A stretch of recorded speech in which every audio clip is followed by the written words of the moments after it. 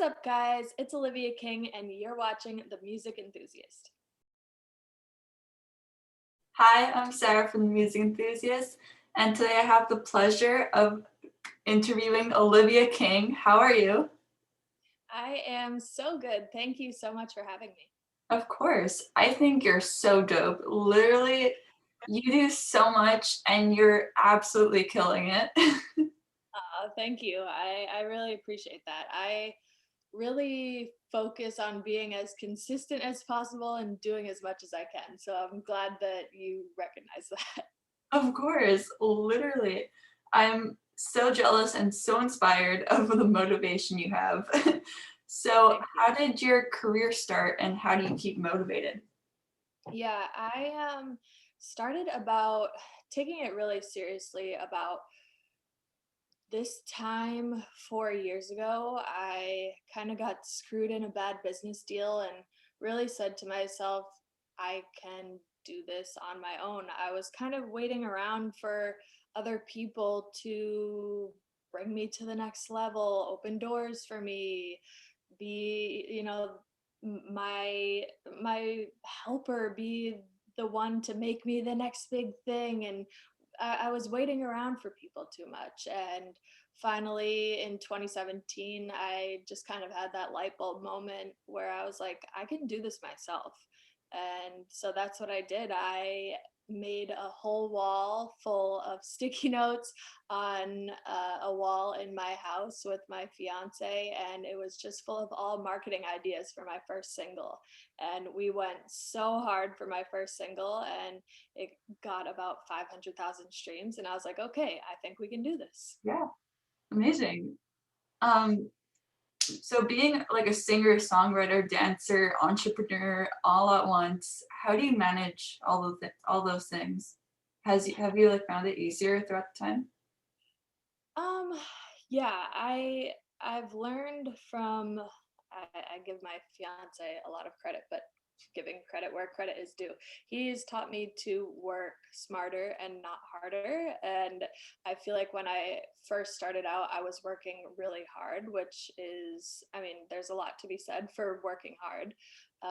But there's also a lot to be said for working smart and taking breaks and giving your brain kind of time to rejuvenate and refresh and relax. And so I've tried to come up with a really good balance of having a regular life and family life, and also having a lot of my time dedicated to my career because I love it. I don't see it as a job.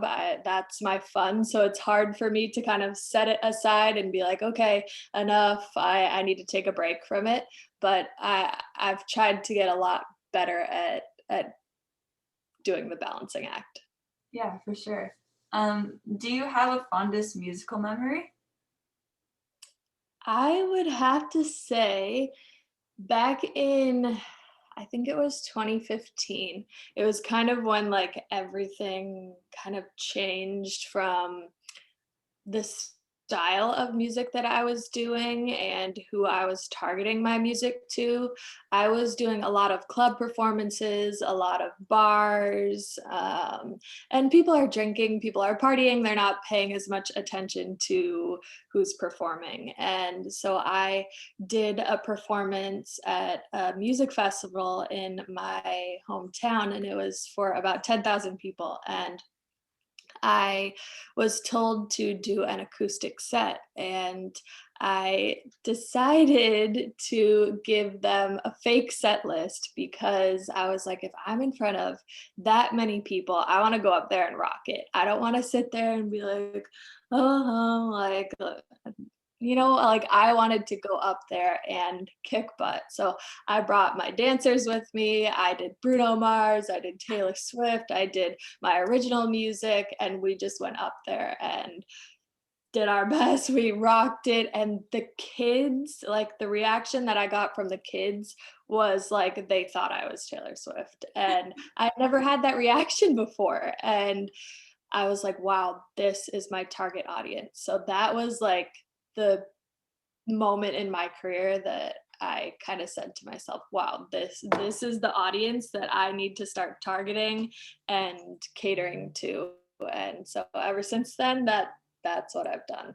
And that was like a really cool moment for me to see all of those kids just going crazy over someone that they had never even seen before. Yeah, totally agreed. Um, you've been in the eyes of like people since a young age. So, what was that experience like of starting out so young? Um, I my social media following grew more as I got a little bit older. So I would say that it wasn't as tough as it probably is for a lot of younger kids that were exposed to so many eyes on them at such a younger age. My parents also, I don't want to say they sheltered me, but they were good about protecting me from the outside world and people that might be in the industry with not the best intentions. So they were good about protecting me from that. So I'm very thankful that the path I took was the path I took. Mm. And obviously, looking back on it now, I'm glad that I am the age I am now because I feel like I am ready to have all of those eyes on me. I feel like I have the thick enough skin to take it. Like, obviously, I get DMs every day that say, "You suck," or "You're ugly," "You look like a man," "Are you transgender?" Are like, I get it all, and you just have to let it roll off you. People ask me all the time, like, how do you deal with that? Even my mom is like, she lets it get to her so bad. And my brother plays professional baseball, so he has it, I don't, probably even worse than me. And she'll go on Twitter and like look up his name and see what people are saying about him. I'm like, Mom, stop. Like, you're just, it's, there's nothing good that comes out of it because you're asking for opinions from people who like don't matter, that you wouldn't ask their opinion on a regular day. So why do you care about their opinion, so I'm glad that I am the age I am now and where I am now in social media because I can completely handle it. Like, it honestly does not phase me when I get bad DMs. It doesn't. Yeah, and it's all part of the job too. I mean, them even DMing you is like means you made it, honestly. It comes with the territory. Um, and you've been independent for around 4 years now. So what was that experience like starting out sort of fresh, I guess? Yeah, I always had a bad stigma in my mind associated with the word independent and indie. Like, when I heard that word, I was like, ugh. Like, I always wanted to be a signed major label artist. That was the goal ever since I was little. And then in 2017, when people like Chance the Rapper were doing it independently and they were so successful and people were looking up to them doing it this way, I was like, wow, like, this is actually a cool way of doing it and it's a respectable way of doing it. And I've totally grown to love doing it independently.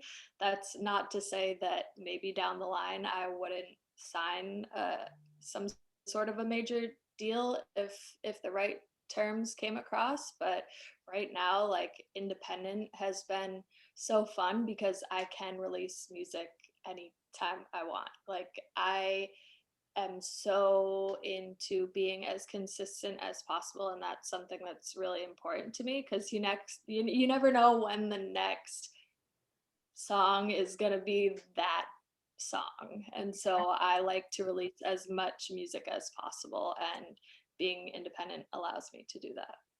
Amazing. And again, you're absolutely killing it so far. Thank you. No problem. What's one piece of advice you would give to aspiring musicians or artists? I would say it's that consistency because you never know when that next song is going to be that song. And it's I was just talking about this on my live stream with another artist last week. And when it comes to songwriting, it's really about quantity instead of quality. Like, you need to write so many songs before you get a good one. Like, it's really practice makes perfect when it comes to writing songs. And it like I used to be a really big perfectionist when it came to my music, and I still am to a certain degree, but I've tried to let that go and just release music as I create it. And it's like, if people love it, great. If not, we're on to the next one and we see if they like that one. So that's like my biggest piece of advice, because artists are so hard on themselves and they are perfectionists a lot of the time, because it's your craft, it's your art, you want it to be perfect. But at the end of the day, if you never put it out, you never know what it could have done. And so, I just believe in being as consistent as you possibly can. I love that. Your latest release is Wasted Time. And I know at first you weren't so like in love with the song or the process of it. So what was the process of like trying so hard to create like what you love now? Yeah. So I started live streaming on Instagram in November, and I kind of fell in love with it. And I've created so many relationships and friendships over my live stream, which is like so cool and just something that's so different now in today's day and age that you can do. Mhm. Uh, so I've started just creating songs from the ground up on my live stream, and I created this one, and I had a producer send me this beat, and I loved it. And I started writing it, and um, I was liking it. I had a songwriter friend of mine help me with the chorus. I was liking it, and I just said on my live stream, like, oh, I don't know. Like, I'm thinking of scrapping this one. Like, there's something about it that I'm just not feeling.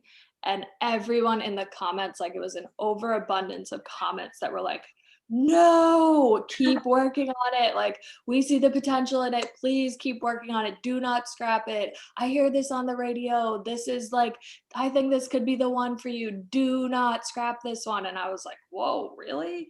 And then I kept working on it for the next like couple hours, and I just grew to love it. And I was so happy that they pushed me to do that, because if they didn't, I would have 100% just scrapped it. Because sometimes as an artist, you just kind of get in your own head. You've heard the song so many times on your own, and you just, I don't know, you get in your own head about things and get sick of melodies or words. And when fresh ears hear it, they're like, no, this is actually very good. So I'm so glad that I stuck with it, because the reaction to it, just with people who weren't on my live stream that have heard the final product once it's been released, is really good. So I'm really happy that I released it.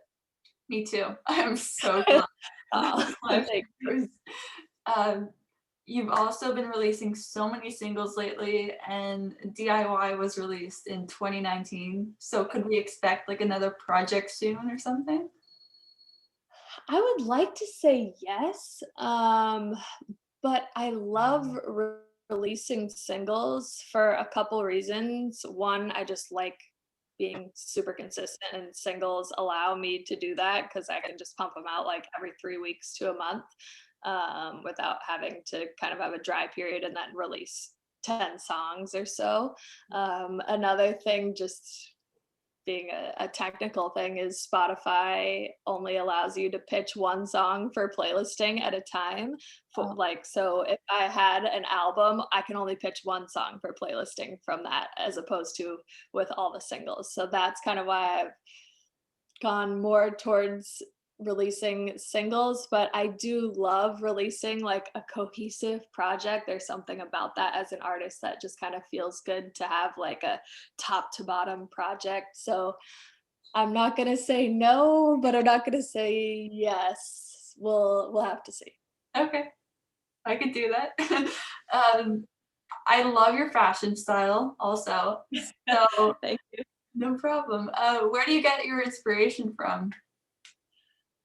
This is gonna be sound a little weird, but I at the beginning of quarantine came across this kid on Instagram, Riley. Have you ever seen him on Instagram by chance? Is His it this is the his guy who Instagram name does is like just the Riley. what? His Instagram name is just Riley. I'm not sure. Is it the guy who does like inspired Disney? I Is it don't know. inspired by I don't know. I don't know. But he like his style is so cool. He's an amazing singer, and you can see I have my backdrop behind me, and I have tried to not copy his Instagram feed, but I have tried to study it so that I can try to replicate it and remix it a little bit. And even with his fashion sense, I love it. And so I pick up on his fashion sense, which is like kind of a strange thing because it's a guy and I don't know, he has bright colors and he's it gives me an early 2000s vibe while still being modern and different. I am just obsessed with him. And so that's where I get a lot of my fashion sense from. And then obviously picking up on a little bit of the early 2000s. I've, I've loved that that has kind of resurfaced. Yeah, totally agreed. I can see your room, and it reminds me of, like, my room when I was a little girl. It seems like every artist I interview compliments my room, and I love it. Like, my room was that exact color growing up. Oh my god, awesome. Which is now it's completely like, all fashion and just style in general, I feel like it just is cyclical. It just comes around and goes around and comes around, goes around, which is so cool to see. Totally agreed. Um, can you talk about make music moves? Because I personally love all about it. Yeah, so that has been put on hold a little bit for the past year, just because I've been focusing on my own music so much. But I created it because I never had anyone in my career that was kind of that person to guide me, and I never really had a manager or any sort of a role that helped push me in any sort of direction up until recently. And so I wanted to be that for people. And especially, it's nice to be that not just as a regular person saying, like, hey, you should do this as an artist, but actually being an artist yourself saying, hey, I did this and this worked for me.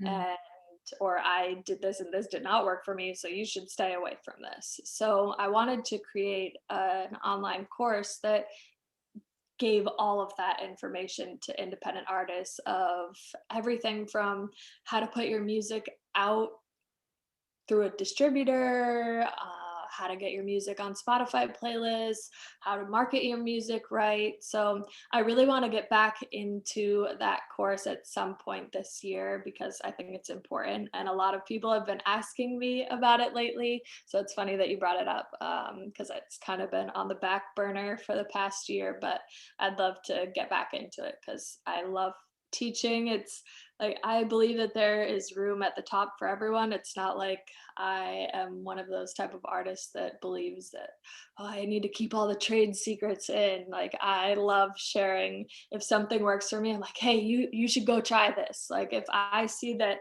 an artist is not doing something and I'm doing something that's working, I will literally go DM them and be like, hey, I just tried this and it worked for me. You should try it out. That's just how I am. I don't believe in like holding anything back. And that's amazing too, because you're not like teaching from a book, you're teaching from experience. And I really love that. Exactly. This is sort of a fun question, but if you could live in a music video, which music video would it be? Mm. Oh my God. Wow, this is a hard one. This might be a weird response, but the first music video, I used to be obsessed with Chris Brown when before all of the bad things he did. Yeah. Um, but when he came out with the "Gimme That" video, and it like I don't know if you've seen the video, but it kind of is like a dream where he takes him back in time to I don't know what era it is, maybe like the 50s or something, and it just looks so cool. That is the video that I would love to live in. The way that everyone's dressed, like that era looks so fun to me. That's such a good choice. And this is the last question, but our music website focuses on up and coming artists. So do you have any favorites you want to share? For up and coming artists, Yeah, or just artists you're into right now. well, I have been doing a live stream game on my Instagram live on every Thursday. I don't know if you've seen the Song Association game on the Elle Magazine YouTube channel. Have you ever seen that? Where they like give words and you have to sing songs that have those words in them. Yeah. So I kind of stole that and have been doing that game on my live streaming and having other artists on there. So one artist came on recently that I've been so obsessed with her voice. Her name is Susan Carroll. And she's an R&B artist and her voice is just like butter, like so amazing. She reminds me a lot of Jasmine Sullivan, who is also someone that I've been listening to a lot lately. So she would be one that is definitely underappreciated, undiscovered, that I would say to go check out. Awesome. Well, thanks again. This is so much fun. Yeah, thank you so much for having me. I love your room. I I can't stop looking at it. It looks so cool.